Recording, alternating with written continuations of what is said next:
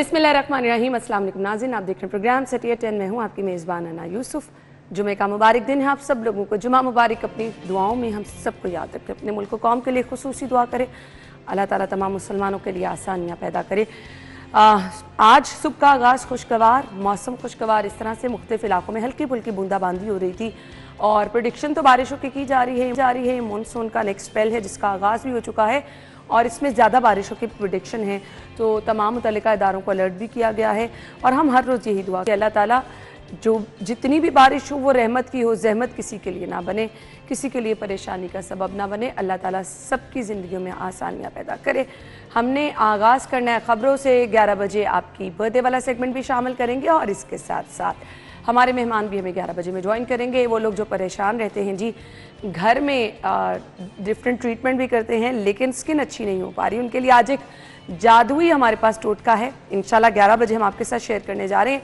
मौसम की कुछ अपडेट ले लेते हैं क्योंकि दिन के आगाज़ में अगर आपको पता चल जाए ना कि अच्छा दिन में कब कब बारिश होने वाली है, आज अगर आपका कहीं जाने का प्लान है और आपको पता चल जाए जी आज बारिश नहीं होने वाली, सो बहुत सारी चीज़ें आप डिसाइड कर लेते हैं। और अगर बहुत बारिश होने वाली है, ऑल्दो ये मॉनसून में समटाइम आपकी प्रेडिक्शन भी गलत साबित हो जाती है, तो प्लीज़ हमें मत ये कहिएगा आपने तो कहा था बारिश होनी है, बारिश तो हुई नहीं। सो इसमें हमारा भी कोई कसूर नहीं, अल्लाह ताला का निज़ाम है। इसमें समटाइम प्रेडिक्शन अल्लाह ताला के मुताबिक होती हैं जी, आपको सरप्राइज भी मिल जाता है, गलत हो जाती हैं। अच्छा जी, आज के मौसम की सूरत हाल क्या है, वेदर अपडेट क्या है, बारिश कितनी होने वाली है, देखते हैं टुडेज़ वेदर में।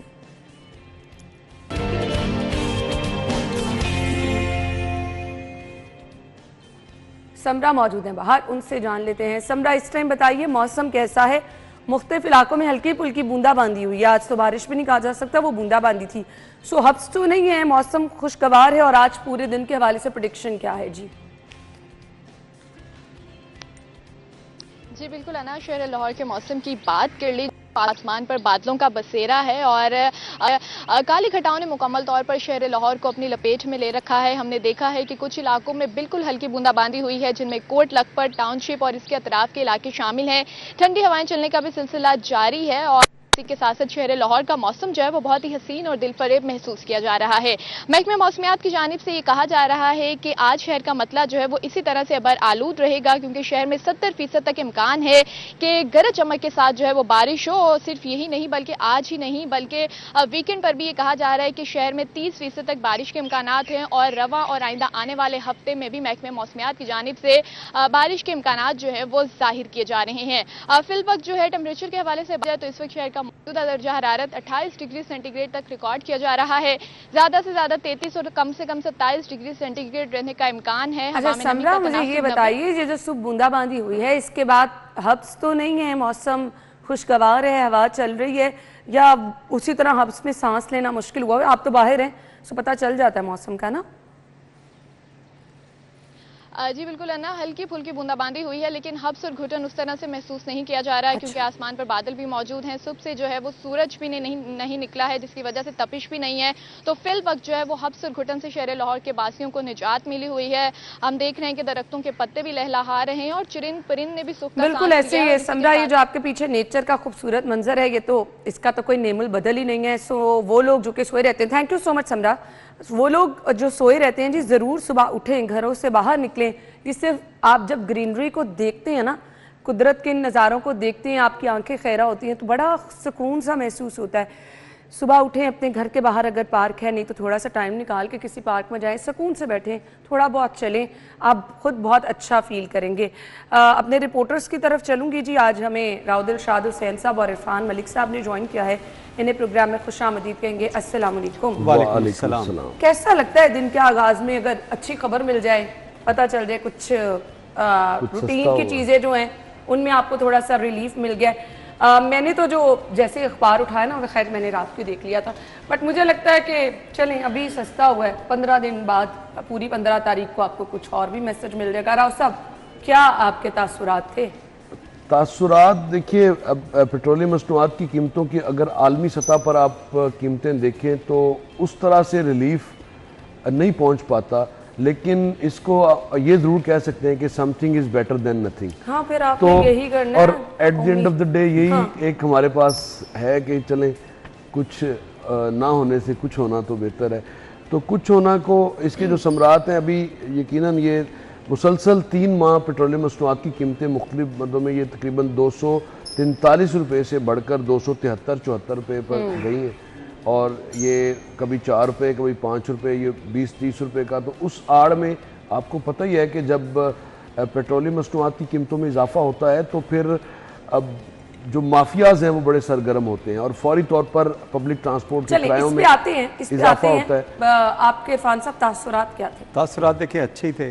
फौरी तौर पे हमने ये हिसाब लगाया कि 20 लीटर पेट्रोल जो है उसमें हमें कितनी जो है वो रियायत होगी, क्योंकि जब भी गाड़ी में मैं पेट्रोल डलवाता हूँ तो 20 लीटर डलवाता हूँ। तो इस वजह से मैं फौरी तौर पे अपनी कैलकुलेशन की कि ये मुझे जो है वो कितना रिलीफ मिला। लेकिन उसके साथ साथ आप देखें कि 143 रुपये का फायदा हो गया। देखिए लेकिन इसके साथ ये चीज़ होती है कि आपको फील होता है कि अगर हुकूमत ने आपको कुछ थोड़ा रिलीफ दिया है तो उसके साथ बाकी जो शोबे हैं वो भी आपको रिलीफ देंगे। जैसे आपने राव साहब ने जिक्र किया कि बाकी मसनूआत और ट्रांसपोर्टेशन और इन चीज़ों के ऊपर रिलीफ मिलेगा, तो ये मैं समझता हूँ रिलीफ तब मिलता है। ये रिलीफ जो आपको 2 रुपये 5 रुपये 6 रुपये, अब इसको जब बढ़ता है 10 दिन बाद इरफान साहब आपका पेट्रोल 15 दिन बाद या फर्स्ट 15 और 30, अच्छा अब महंगा हो रहा है तो आपको क्या लोग इतने अच्छे लगते हैं कि वो जो महंगाई की थी 10 दिन पहले उसको फिर से नीचे कर देंगे? देखिए यही मतलब तो अब यही काम चलता रहे, पहले को पेट्रोल महंगा हुआ, हम यही बात कर रहे हैं कि जब चीजें आप अभी यहाँ पे अनाउंस करें कि 30 तारीख को पेट्रोल जो है उसके अंदर 20 रुपए का इजाफा होने का इम्कान है। आपने फर्स्ट जब आप इम्कान की अगर बात करेंगे तो उसके फौरी बाद आपको पता चलेगा किस तरह जो है वो चीजों की कीमतें उसी वक्त से ही बढ़ना शुरू जब आप इम्कान की बात करेंगे। जब लेकिन कम होता है उसके बाद ये नहीं होता। हमें तो लोग ये भी शिकायत हम करते यही हैं बात जब पेट्रोल महंगा होना होता है पेट्रोल पंप पे रात को जाएं, बिल्कुल तो डेफिनेटली देखिए हर जगह के ऊपर आपको मुनाफाखोर और इस तरह का माफिया जो है वो मिलता है। वो पेट्रोल माफिया हो, वो आपको डीजल का माफिया मिले, या आपको जो आम करियाना स्टोर के ऊपर सब्जी जो मार्केट्स हैं वहाँ पे आपको इस तरह के माफिया मिलते हैं। और जब वो बात यही करेंगे आपसे कि जी देखें जी पेट्रोल बढ़ गया, देखें जी डीजल बढ़ गया, जिसकी वजह ट्रांसपोर्टेशन के ऊपर अखराजात बढ़ गए, इस वजह से हमने पेट्रोल बढ़ाया, लेकिन इसके ऊपर कोई बात नहीं करता कि जब रिलीफ मिला है, अब ये 7 रुपये का रिलीफ जो है ये कोई छोटा रिलीफ नहीं है, ये एक अच्छा खासा रिलीफ है, 7 रुपये समथिंग है।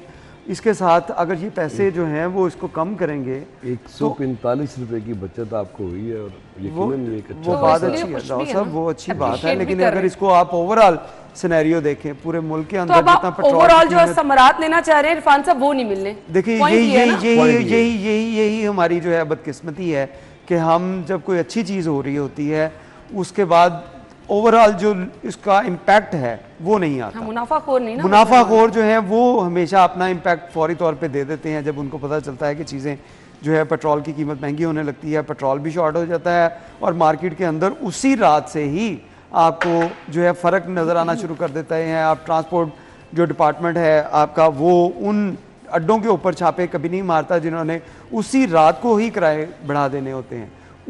उसी टाइम के ऊपर जो है वो अभी अनाउंसमेंट होती है कि आपका जो पेट्रोल है या डीजल है उसके अंदर इतना इजाफा हुआ है, तो फौरी तौर पे ट्रांसपोर्ट माफिया जो है वो आपका जो किराया है उसको बढ़ा देता है। लेकिन उसके ऊपर कंट्रोल करने के लिए जिन लोगों ने काम करना होता है, अब देखें इसमें मैं हमेशा ये बात करता हूँ कि स्टेट को अपनी रिट मनवाने के लिए तमाम तर वसाइल जो हैं बरूए कार लाने चाहिए। अगर एक जगह के ऊपर आपको रिलीफ मिल रहा है कि 7 रुपये समथिंग पैसे जो है वो आपको रिलीफ मिला है, पेट्रोल की कीमत सस्ती हुई है, तो उसके बाद तमाम जो इससे रिलेटेड जो चीज़ें हैं उनके ऊपर भी आपको इसके समराद नज़र आने चाहिए, जिसके लिए स्टेट के पास एक पूरा मैकेनिज़्म है, पूरा एक नेटवर्क है। लेकिन वो नेटवर्क शायद सो रहा होता है, वो नेटवर्क शायद अपने मामला देख रहा होता है, वो इस वजह से फाल नहीं होता और लोगों को इसका जो रिलीफ हुकूमत देना चाह रही होती है नेटवर्क कैसे फाल नहीं होता। अब तो नेटवर्क बहुत फाल बनाने की कोशिश की गई है। अच्छा, इसमें राव साहब मैं ब्रेक की तरफ चली जाऊं। मैं अपनी जरूरत का सिर्फ 10% हम अपने मुल्क से इस्तेमाल करते हैं, उसके अलावा 90% तो इम्पोर्ट करते हैं। लेकिन जो अब महंगाई की बात कर रही हैं, जो सबसे बड़ी बात है वो डीजल की जो कीमतें हैं वो भी इसी तरह से जैसे बढ़ाई गई थी वैसे अगर कम करते तो मेरा ख्याल है ज्यादा फायदा होता, क्योंकि गुड्स ट्रांसपोर्ट ने इसी डीजल पर चलना ज्यादा, तो इसमें जो हौसला अफजा नहीं है ये जो चले कमी जी, की गई है। इरफान साहब ने पॉइंट उठाया, महंगाई कंट्रोल करने के लिए नेटवर्क, तो बड़ा ज़बरदस्त नेटवर्क बनाया गया है, पूरी अथॉरिटी बनाई गई है, वजारत बनाने पर भी गौर किया जा रहा है। इसकी तरफ आते हैं, ब्रेक ले लेते हैं जी, ब्रेक के बाद आपको ज्वाइन करेंगे, आप हमारे साथ रहिएगा।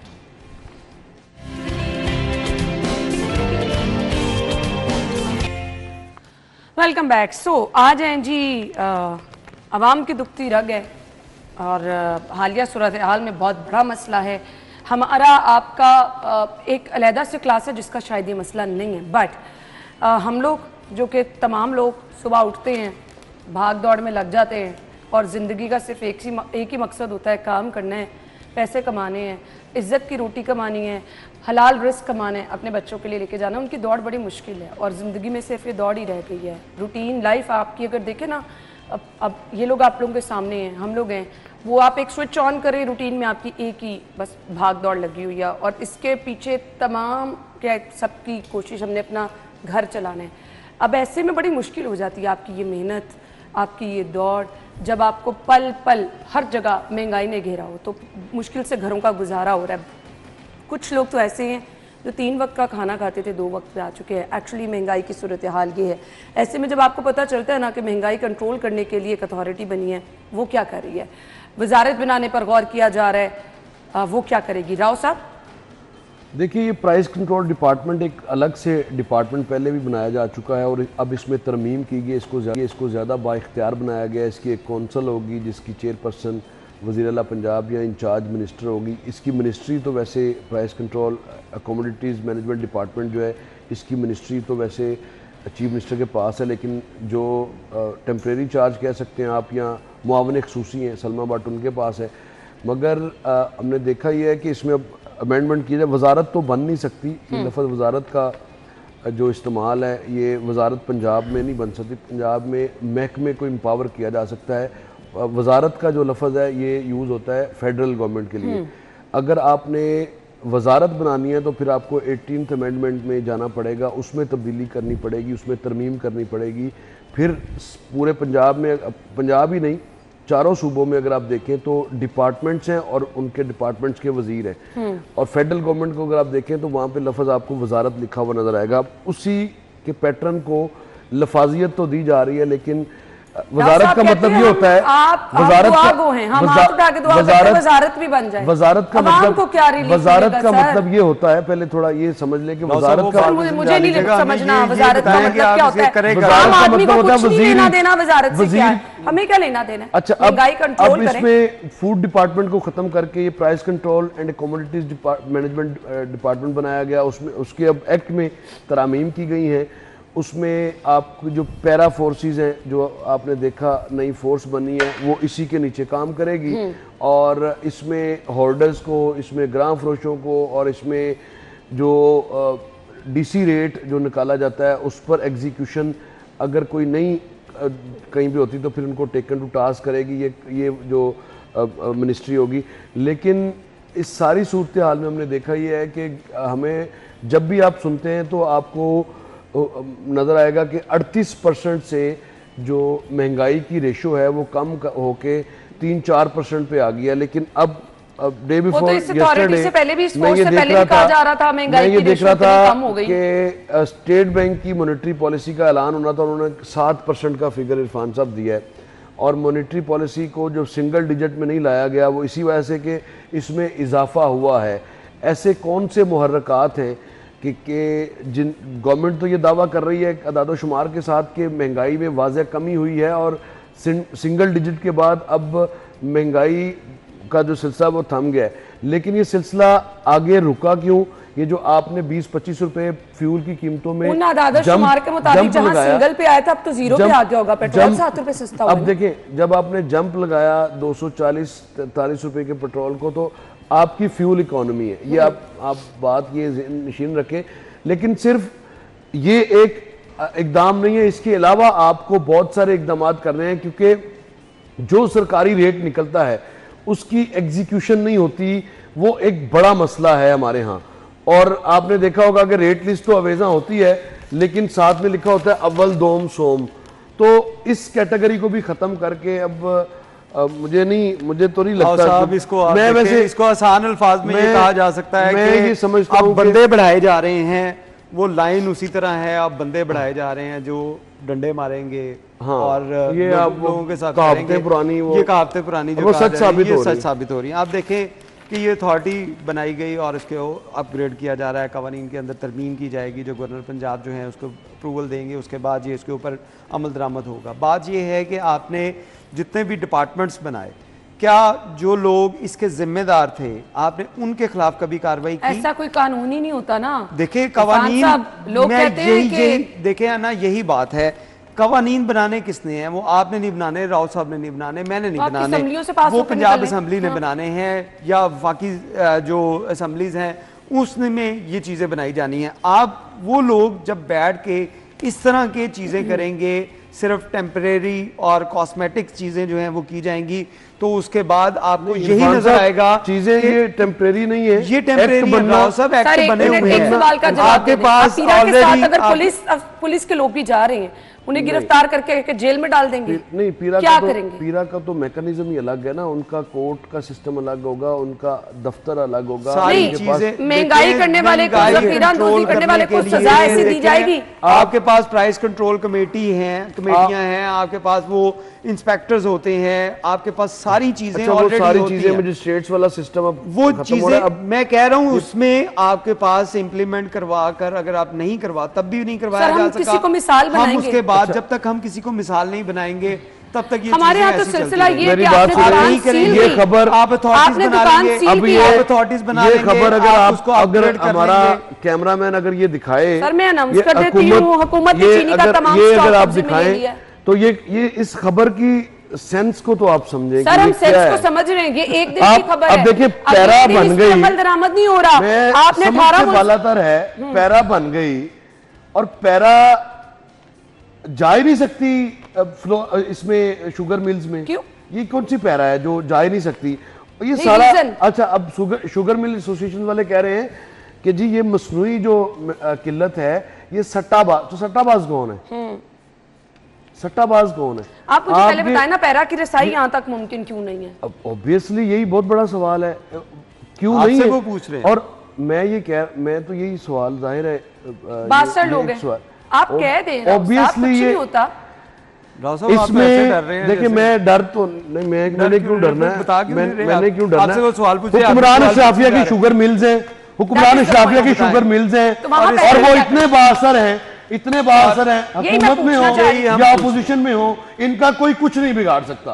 आप देखिए इस खबर आपके सामने नहीं इरफान साहब दुख की बात यह है कि आम आदमी जो बेचारा पता नहीं किस तरह से अपना गुजर बसर करता है। राव साहब हम भी आम आदमी में शामिल हैं, लेकिन हम बात ये कर रहे हैं कि हुकूमत की रिट किसी जगह आपको ऊपर नजर नहीं आती। ये हुकूमत अपनी रेट जो है शुगर मिल हुकूमत की रेट है ही नहीं। राव साहब क्या क्या बातें करते हैं आप? चिकन के ऊपर हुकूमत की रेट है क्या? अकबरी मंडी में आपकी हुकूमत की रेट है? आप किसी जगह पे मुझे बता दें कि हुकूमत की रेट है। यहाँ पे सड़क के ऊपर सड़क के ऊपर करे ना कार्रवाई सट्टाबाजों के खिलाफ, के ऊपर अगर कोई 10 पता चले कि बाकी कोई फोर्स बनी है, पावर नहीं होती, इखलाकी पावर।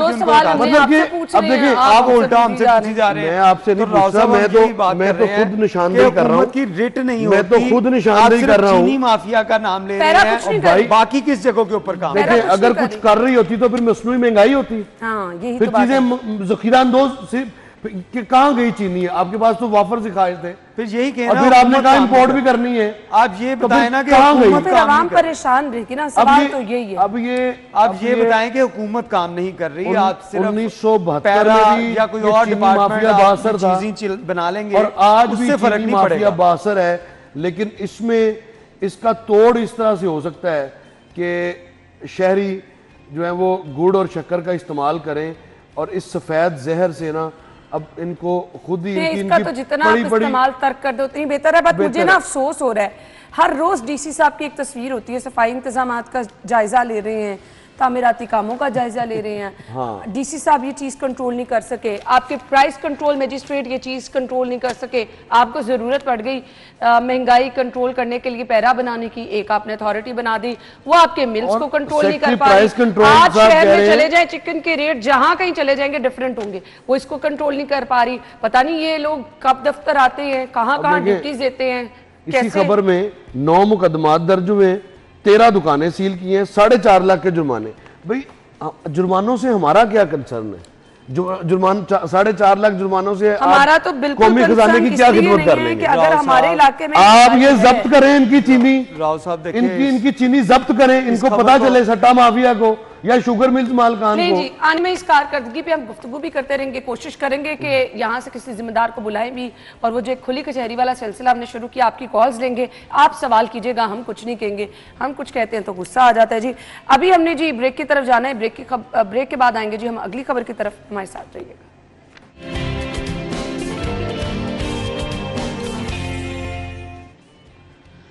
Welcome back. खबर की तफसील बता रहे थे, सो अगली खबर की तरफ आ जाते हैं। गैस कनेक्शन के लिए भारी सिक्योरिटी समेत शराइत तैयार, डिमांड नोटिस से कबल सारिफीन से स्टैम्प पेपर पर हल्फ लेने की तजवीज़, शराइत मुकम्मल करने वाले सारिफीन को कनेक्शन मिलेगा।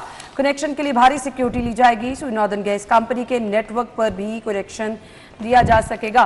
पहले तो बात यह कि पहले से बड़ा मसला है जी, जिस किसी ने भी गैस का मीटर लगवाना है साल हर साल, और मेरे ख्याल से मैं कोई बचपन से ये चीज़ें सुनती आ रही हूँ कि गैस का मीटर लगवाना आसान नहीं है, उस पर ये जो शराइत लागू की जा रही हैं। इरफान साहब वजूहात। अच्छा, इसमें आपको वजूहात बताएं कि जो पहले प्रैक्टिस थी, अगर हम उसकी बात कर लें तो प्रैक्टिस ये थी कि कई साल आपको वेट करना पड़ता था, क्योंकि हुकूमत की तरफ से, वफाकी हुकूमत की तरफ से, अब नहीं करना पड़ता। अभी भी आप देखें, इसके ऊपर मैं वही आपको बताने लगा हूँ कि वफाकी हुकूमत की तरफ से इसके ऊपर जो बेधड़क जो है वो लगाए जा रहे थे, पहले उसके ऊपर बैन लगाया गया था, और लिमिटेड लोगों को SOPs पूरे करने के बाद, जो शराइत हैं वो पूरी करने के बाद जो गैस के मीटर फ्राहम किए जाते थे, जब उसकी सप्लाई भी कम होती थी तो उसकी वजह से लोगों को सफ़र करना पड़ता था, और कई साल का वेट आपको कई इलाकों के अंदर आपको नज़र आता होगा कि लोगों ने गैस कनेक्शन के लिए जमा करवाए हैं, पैसे, डिमांड नोटिस भी जमा करवा दिया, लेकिन वो नहीं किया गया। लेकिन अब हुकूमत की तरफ से इसके ऊपर रिलीफ दिया गया और कहा गया है कि आप गैस के कनेक्शन जो हैं वो लगाएं। उसकी एक बड़ी वजह यह है कि आपके पास गैस जो है उसमें कोई इजाफा तो नहीं हुआ, लेकिन उसके साथ साथ आपने इसको, क्योंकि आप देखें कि गैस के टैरिफ जो हैं इसको बढ़ा दिया गया, ये अर्निंग के सोर्स के ऊपर इसको अब यूटिलाइज़ किया जा रहा है, और इसके लिए अब जो शराइत हैं उसके अंदर सख्ती लाई गई है, और उसके साथ साथ जो इसकी कीमतें हैं वो भी बढ़ गई हैं, डिमांड नोटिस की भी और बाकी चीज़ों की भी। तो इस वजह से अब ये हुकूमत की तरफ से फ़ैसला किया गया है कि तमाम लोगों को जो गैस के मीटर जो हैं फ्राहम किए जाएँ, जिसके लिए वर्किंग का आगाज़ कर दिया गया है। और अब क्योंकि शराइत इतनी सख्त कर दी गई हैं, लेकिन इसके साथ साथ टाइम पीरियड जो है वो रखा गया है कि शॉर्ट टाइम पीरियड के अंदर आपको गैस का कनेक्शन मिल जाएगा। पहले तो आपको मिल ही नहीं था, आपको कई साल जो है इसका वेट करना पड़ता था, लेकिन अब ऐसी सूरत हाल नहीं होगी, क्योंकि वफाकी हुकूमत की तरफ से इसके ऊपर रिलीफ दिया गया है और कहा गया है कि सार्फिन को, तो ये इक्वली सार्फिन के साथ होगा या अगेन जो ज्यादा पैसे देगा? नहीं, ये इक्वली होगा। अच्छा। इक्वली होगा। जो लोग पैसे देखे, पहले भी ज़्यादा पैसे कौन लोग देते हैं, ज़्यादा पैसे वो रिश्वत की मद में चले जाते होंगे। गवर्नमेंट की जो फीस है, गवर्नमेंट का जो डिमांड नोटिस जो जमा करवाना होता है, वो उसका टैरिफ वही रहता है, उसके अंदर इजाफा नहीं होता। लेकिन अब टैरिफ के अंदर इजाफा भी किया गया है, और उसके साथ साथ ये चीज़ें जो शराइत जो हैं उनको थोड़ा सा टाइट किया गया है, क्योंकि जो हाउसिंग सोसाइटीज़ हैं आपके अंदर, पंजाब के अंदर खुसूसी तौर पे अगर हम इसकी बात करें तो हाउसिंग सोसाइटीज़ ने जिस तरह जाल बिछाया है, तो इससे इश्यूज़ आ सकते थे। तो इस इश्यूज़ को रिजॉल्व करने के लिए अब जो शराइत हैं वो हाउसिंग सोसाइटीज़ के लिए भी और आम जो सार्फिन हैं, घरेलू सार्फिन, उनके लिए भी थोड़ी सी जो मुख्तलिफ की गई हैं। आम सार्फिन को थोड़ी सी शराइत उसमें नर्म है, जबकि जो हाउसिंग सोसाइटीज़ और इंडस्ट्रियल जो गैस के मीटर्स होंगे उसके लिए आपको शराइत काफ़ी टफ कर दी गई हैं, और उसके चार्जेस भी बढ़ा दिए गए हैं। देखिए, बड़ी इंटरेस्टिंग बात है कि उस स्टाम्प पेपर पर हलफ वाली बात, तो पहले खुद तो हलफ दे दे गैस भेजेंगे या नहीं। सही बात है। पहले गैस तो दे दे, फिर अपनी शराइत भी पूरी करा लें।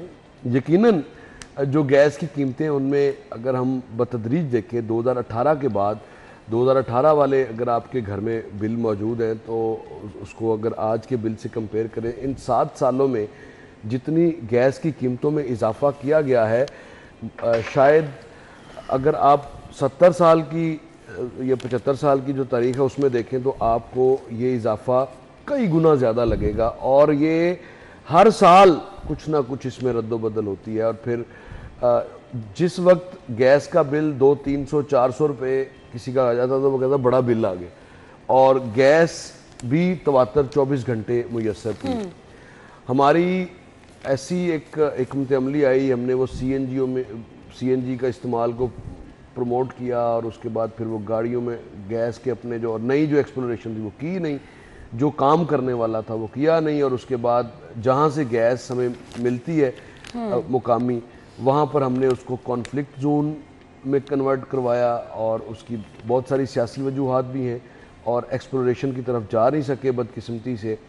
तो जितनी गैस अपनी थी, अब गैस की किल्लत के ख़ात्मे के लिए क्या कोई सुई नॉर्दर्न गैस पाइपलाइन कंपनी है और फिर सुई सदर्न गैस पाइपलाइन कंपनी है, 2 ये कंपनीज़ हैं, क्या इसके लिए आप कोई इकदाम कर रहे हैं कि शहरियों को कम से कम जो आप सुबह दोपहर शाम दवाई की तरह जो गैस आप फ्राहम कर रहे हैं, क्या इसके कोई आर्ज में इजाफा कम से कम सुबह के औकात में 3 घंटे? वैसे ये मेरे ख्याल में ये लिमिटेड होना जरूरी है। आप देखें जैसे हमने पानी के ज़खायर के साथ किया कि हमने पानी जो है वो 24 घंटे हमने जनरेटर के ऊपर ट्यूबवेल चला के पानी का लेवल किस तरह नीचे लेके गए, इस तरह गैस के ज़खायर के साथ भी हम नहीं कर सकते। लेकिन इरफान साहब मैं ये कह रहा हूं, ये लिमिटेड चीजें होना, मैं समझता हूं कि इसको अगर आपने 2 घंटे, इसको बेहतर है ये चीज 1 या 2 घंटे का टाइम रखा है तो इसको बढ़ाकर आप 3 घंटे तक कम से कम दे दें, ताकि सुबह 7 से 9-10 बजे तक गैस आपको मुयस्सर आए। और फ्रीक्वेंट ये होता है कि गैस नाश्ते के टाइम पे तो अवेलेबल होती है, ये शुरू हो जाएगा और 2 महीने बस वेट कर दोपहर और फिर शाम के औकात में 2 महीने की बात है, ये सिलसिला शुरू हो जाएगा। और उसके बाद जाहिर है ये क्या उसका कोई अल्टरनेट आपने बनाया? आप हलफ ले रहे हैं, आप पैसा पैसा पैसा पैसा इकट्ठा करी जा रहे हैं लोगों पर, गैस की कीमतों के जरिए और मुख्तलिफ पेनल्टीज डालकर आप लोगों से पैसा इकट्ठा करी जा रहे हैं, लेकिन गैस की बिला तातुल फरामी और अपने औकात के मुताबिक जो आपके अपने तय करदा औकात है, लिमिटेड ही सही, क्या उसमें गैस की फरामी हो रही है? ये वो सवाल है जिसका जो जवाब तलब है।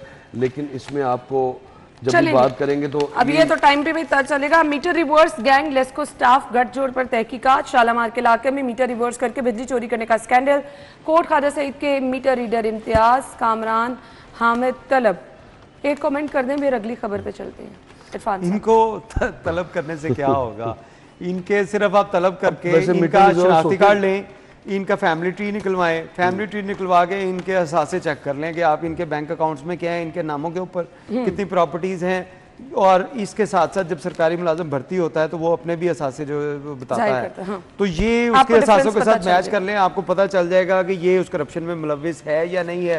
नहीं, और दूसरा इरफान साहब सवाल तो ये ना, पहले भी इतनी तहकीकात हुई, वज़ीर आज़म की तरफ से कमेटी बनी, उसमें तहकीकात वही है, जब तक आप कड़ा एहतसाब नहीं करेंगे लोगों के साथ तब तक ये मामला आप चलते रहेंगे। ये चीजें कितनी है राव साहब, सैलरी आप मुझसे उनको 25 लाख दे दें, 30 लाख दे दें, 50 लाख दे दें, फिर काम इसके अलावा के लिए जो अगर आज पाकिस्तान में सबसे महंगी अगर कोई चीज है तो वो बिजली है। सबसे महंगी अगर कोई चीज है जो कि हर हाउस होल्ड की जरूरत है वो बिजली है, और इनको बिजली भी मुफ्त मिलती है। उसके बावजूद शिकायत हैं कि कम नहीं हो रही। सवाल ये है कि आपको पता चल गया, अब आपकी तहकीकात होंगी और वो कागजों अब तो खैर वो डिजिटल मीटर आ रहे हैं, दूसरे चिप वाले भी आ रहे हैं, मेरा ख्याल है कि वो क्या होता है। ट्रांसमिशन लाइन से करंट लगने से लाइनमैन जाँ बहक, राव साहब ये इस तरह के वाकयात बरसात में अफसोसनाक वाकयात हैं, ये रिपोर्ट होते हैं। और लेकिन हमेशा ये कहा जाता है कि सिक्योरिटी प्रोटोकॉल्स जो है वो पूरे किए गए हैं। बारिश थमने के बाद जो है वो स्टाफ को लाइनमैन को जो मतलूबा इक्विपमेंट है उसकी फरामी को यकीनी बनाना जाहिर है लेस्को की जिम्मेदारी है। लेस्को है या कोई भी डिस्ट्रीब्यूशन कंपनी है वो उसकी जिम्मेदारी है, लेकिन इसमें ये वो बुनियादी चीज़ है जो जिसने अब ट्रांसफार्मर्स आजकल बड़े ट्रिप करते हैं, आपको पता है, धमाकों से उड़ भी जाते हैं। कहा तो ये जाता है फिर उसके लिए काम किसने करना है? कहे को छोड़ दें आप, कहे कि ये सूरत हाल है, आप तो ये लाइनमैन की बात कर रहे हैं, इसको तो पता है कि मैंने हेलमेट पहनना है, मैंने ग्लव्स पहनने हैं, मैंने शूज़ पहनने हैं, मैंने इक्विपमेंट पूरा लेकर उसके ऊपर जाना है, फिर बेचारे को उसकी जो नागहानी मौत जो है वो वाक़या हो गई। इसके साथ साथ आप देखें जब ये बरसात आती है तो इसके साथ शहर के अंदर, हमारे लाहौर शहर के अंदर कई जगहों के ऊपर आपको हादसात नज़र आते हैं जिसमें करंट लगने से जो भैंसें हैं वो मारी जाती हैं। अच्छा, वही बात करने लगा हूँ आपको। करंट लगने से बच्चे, अभी मैं पिछले दिनों एक वीडियो देख रहा था, लाहौर का एक इलाका था जहाँ में गली के अंदर पानी खड़ा हुआ, दो बच्चे जा रहे थे, उसमें से एक बच्चे का खंबे के साथ हाथ लगा तो वो बच्चा करंट लगने से शदीद जो है वो ज़ख्मी हुआ। इसी तरह के वाक़यात आपको बेशुमार नज़र आते हैं। हमारा लेस्को का जो पूरे का पूरा सिस्टम है, लेस्को का नहीं, मैं समझता हूँ पूरे डिस्कोस जितने भी हैं उसके अंदर ये सिस्टम जो है ये इतना बोसीदा हो चुका है, इसको ओवरऑल जो है चेंज करने की ज़रूरत है। माल रोड के ऊपर आपने अंडरग्राउंड वायरिंग करने की शुरू का काम किया, आपने कहा कि हम एम एम माल रोड पे तो हम 10 साल से सुन रहे हैं, अभी आपने कहा कि हम माल रोड को करेंगे। ये चीज़ें वक्त की अहम ज़रूरत है। देखिए इसके ऊपर कितना खर्च आ जाएगा। पूरे अगर सूबे की बात कर लें हम, सूबे के ऊपर जो है बिजली के तारों के ऊपर 200 अरब, 400 अरब, 500, हज़ार अरब मैं समझता हूँ कि अगर वो भी आ जाए तो आपका पंजाब का अगर जो बजट है, अगर सिर्फ आप जो है डेवलपमेंट का बजट देखें वो आपका 3000 या 6000 अरब रुपए के करीब बनता है। इसमें से अगर आप एक सारी चीज़ें होल्ड करके एक साल के लिए सिर्फ एक साल के लिए, ये मैं पूरे कुछ कई सालों की बात, सिर्फ एक साल के लिए उस बजट में आप अपनी प्रायोरिटी सेट कर लें कि हमने लेस्को का या जो डिस्कोस हैं जितने भी पंजाब के अंदर, इनका जो है वो काम, इक्विपमेंट और इनकी तारें और ये सारी चीजें इनको स्ट्रीमलाइन करना है, सिस्टम को अपग्रेड करना है। इनका ना डेवलपमेंट का बजट, इरफान साहब मैं सिर्फ ऐसा नहीं होगा डेवलपमेंट का बजट, इसको सिर्फ बाकी चीजों को यहाँ बजट पास हुआ, खरीदा हुआ सामान चोरी, मैं कह रहा हूँ वो आपकी बातें ठीक है लेकिन वो प्रायोरिटी के अंदर चीजें नहीं ना होती। इसको पायलट प्रोजेक्ट के तहत आप कर सकते हैं। सारा चोरी हो जाता है। एक डिवीजन को अगर आप लें और फिर डिवीजन की जो राव साहब, एक डिवीजन की आप बात कर रहे हैं, एक जो है वो एक एरिया, जब माल रोड आप कितना को लंबा है, अगर 2-2.5 किलोमीटर का, उसके ऊपर नहीं अभी तक आप कर सके। एमएम आलम रोड कितना बड़ा है, वो छोटा सा 1 किलोमीटर का पैच है, आप उसके ऊपर नहीं कर सकते, तो आप तो पूरी डिवीजन की बात कर रहे हैं। मैं क्या, अगर हुकूमत करना चाहे तो अपने पंजाब के सिर्फ जो डेवलपमेंट का बजट है उसमें से सिर्फ 5 या 10% बाकी चीजों को होल्ड कर दे, हो तो सकता है, ये सिर्फ एक साल के लिए इसको गवर्नमेंट का सब्जेक्ट है ना। पंजाब में तो आप पंजाब में आप तारें आप ठीक कर रहे हैं, आप ठीक कर रहे हैं, पंजाब गवर्नमेंट करवा रही है, पंजाब गवर्नमेंट वो कर अच्छा जी, रही है। मुझे ब्रेकिंग का कहा जा रहा है, इस पे हम डिस्कशन कर लेंगे फिर किसी टाइम। ये चीजें जो आप सजेशंस भी दे रहे हैं, आई डोंट थिंक सो इस पर अमल कोई करेगा। ब्रेक का वक्त हुआ जी, ब्रेक के बाद आते हैं।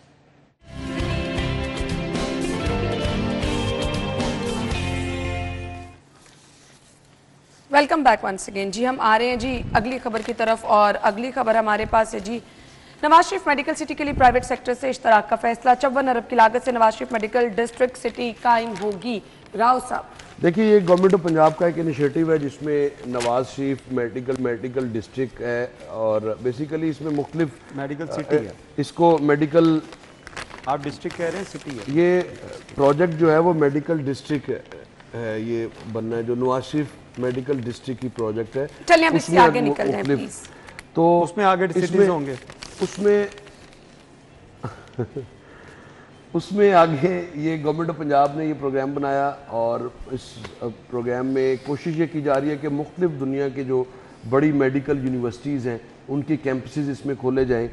और ये बेसिकली वो प्रोजेक्ट है जो शहबाज शरीफ के दौर में शुरू किया गया था नॉलेज पार्क के नाम से, और अब इसको कन्वर्ट किया है। इसमें फिर एक IT सिटी भी है अलग से, जिसमें IT की जामियात के मुख्तलिफ कैंपसेस के लिए बातचीत चल रही है। लेकिन जो खबर के मुताबिक मैं देख रहा हूँ, इसकी तो मैंने इसके लिए तो मैंने ये सुना था कि ये बड़ा फास्ट ट्रैक प्रोजेक्ट है, और बताया भी ये गया था। चीफ मिनिस्टर पंजाब ने अपनी तकारीर में बहुत मरतबा ये जिक्र किया है कि मेडिकल सिटी के हवाले से, तो जी ये IT सिटी वाला प्रोजेक्ट नहीं IT ये वो अलग से, ये नॉलेज पार्क वाला, ये नॉलेज पार्क में ही मेडिकल सिटी है, उसी में ही ये IT सिटी है, लेकिन सारे मियां मोहम्मद नवाज शरीफ के नाम पे है। अल्लाह करे, हमें तो इससे कोई लेना नाम जिसका मर्जी मेडिकल सिटी भी बन जाए, IT सिटी हर जगह के ऊपर नवाज शरीफ लिखते हैं, हर जगह के ऊपर लिखते हैं, लेकिन काम अब इसके लिए जो फंड्स खबर के मुताबिक 6 अरब रुपए इसके लिए फंड मुख्तस किए गए हैं। तो इसका जाहिर है बड़ा प्रोजेक्ट जो है वो 2-3 साल शायद ये ख्याल हो कि पहले फेज़ में इसको शुरू किया जाए और उसके बाद फिर आगे। बुनियादी तौर पर काफ़ी इसमें दिलचस्पी का इजहार किया जा चुका है। कुछ चाइनीज़ इंस्टीट्यूशंस हैं, वो भी कुछ यूरोपीय ममालिक के कुछ इंस्टीट्यूशंस हैं, वो भी मेडिकल के यहाँ पे बनाना चाहते हैं। तो अल्लाह करे कि ये जल्द अज जल्द पाया तकमील को पहुँचे और हमारे तकरीबन 50,000 से ज़ायद हमारे बच्चे जो है वो मुख्तलिफ सेंट्रल एशियन स्टेट्स में ये डॉक्टरेट के लिए जाते हैं MBBS करने। तो यकीनन अगर जितनी जल्दी ये बनता है और अब आपके जो बच्चे यहाँ पे मौजूद हैं जिनके ज़ाहिर है एडमिशन नहीं हो पाते मखसूस प्राइवेट और यहाँ पे जो सरकारी कॉलेजेस है उसमें मेडिकल के हवाले से, तो उनके लिए यकीनन ये बहुत बड़ी अपॉर्चुनिटी होगी। लेकिन इसको फास्ट ट्रैक पे होना चाहिए। इसका नाम तो ज़ाहिर है स्टेट ऑफ द आर्ट इसको कहा जाता है, लेकिन अभी सिर्फ 6 अरब फिलहाल ना काफ़ी है और इसकी 6 अरब रुपये तो लगता है कि इसकी फिजिबिलिटी और इस तरह की चीज़ों में गैर मुल्की इदारों से फंडिंग के लिए शराकत दारी भी की जाएगी। इरफान साहब जी बिल्कुल, देखें ये पर्पज़ यही है कि आप इसको स्टार्ट करें, उसके बाद गैर मुल्की जो कोई NGO आ जाए, कोई इदारे आ जाएं, वो आके इसके ऊपर इश्तराक के साथ इसको बनाने के लिए काम करें। पूरी दुनिया के अंदर वैसे इस तरह ही चीज़ें चलती हैं कि आप गवर्नमेंट इनिशिएट लेती है, उसके बाद लोगों को मदऊ किया जाता है कि आए यहाँ पे आए, इसके अंदर इन्वेस्टमेंट करें और उसके बाद वो चीज़ें जो हैं वो पाया तकमील पर पहुँचती है। बात ये है कि इन्वायरमेंट क्रिएट करना पड़ता है। जो बात राव साहब अभी कर रहे थे कि बहुत से लोग बच्चे जो हमारे बाहर पढ़ने के लिए जाते हैं, 50,000 की तादाद, आपने बहुत बड़ी अच्छी बात की। लेकिन पंजाब के अंदर या पाकिस्तान के अंदर, पूरे पाकिस्तान में आपके पास सिर्फ एक मेडिकल कॉलेज है जो KE, जिसको पूरी दुनिया के अंदर रिकग्नाइज किया जाता है। बाकी आपकी डिग्रियां जो हैं उसको रिकग्नाइज ही नहीं किया जाता। उसके लिए आपको उसको जो है वो आप वहाँ पे MBBS करके आके मेडिकल कॉलेज ये रैंकिंग उस तरह रैंकिंग में बहुत पुराना सबसे है। सिर्फ KE जो है उसको इंटरनेशनली जो है वो आपको रिकग्नाइज किया जाता है। बाकी आप जो आपके पास इदारे मौजूद हैं आप उनको बेहतर करने के लिए भी खुदारा इकदाम करें। आप नई यूनिवर्सिटीज़ बनाएं, नए हॉस्पिटल्स बनाएं, नए मेडिकल सिटीज़ बनाएं, डिस्ट्रिक्ट बनाएं, आपको जो दिल करता है करें। लेकिन उसके साथ साथ आपको इन चीज़ों की तरफ भी अपना फोकस करना पड़ेगा कि आप वहाँ पे तालीम का निज़ाम जो है वो इसको इतना बेहतर हो, इतना आउटस्टैंडिंग हो, इतना स्टैंडर्ड उसका हाई हो कि पूरी दुनिया के अंदर आपको रिकग्नाइज किया जा सके। जैसे हमने डॉक्टर्स की बात की कि आप देखें KE के अंदर हर साल के अंदर 300 के करीब जो बच्चों का बैच आता है, वो 300 के 300 बच्चे कहाँ जाते हैं? वो बच्चे तमाम के तमाम जिसमें 80% बच्चे जो हैं वो आपको फौरी तौर पे अभी उनका MBBS का जो साल मुकम्मल होता है उसके बाद वो बैरून मुल्क जो है उनको ऑफर्स दी जाती हैं, उनको बुलाया जाता है। आपके बाकी जो अपॉर्चुनिटीज कोई नहीं ना, अपॉर्चुनिटीज आपके पास हैं, यहाँ पे आपके बच्चे जो हैं काम करना ही नहीं चाहते, काम करना भी नहीं चाहते। दूसरा भी इशू है कि यहाँ पे उस तरह उनको फैसिलिटेट, महंगाई बहुत ज्यादा है जो सबसे बड़ा इशू है। बहुत बहुत शुक्रिया आप लोगों के वक्त के लिए।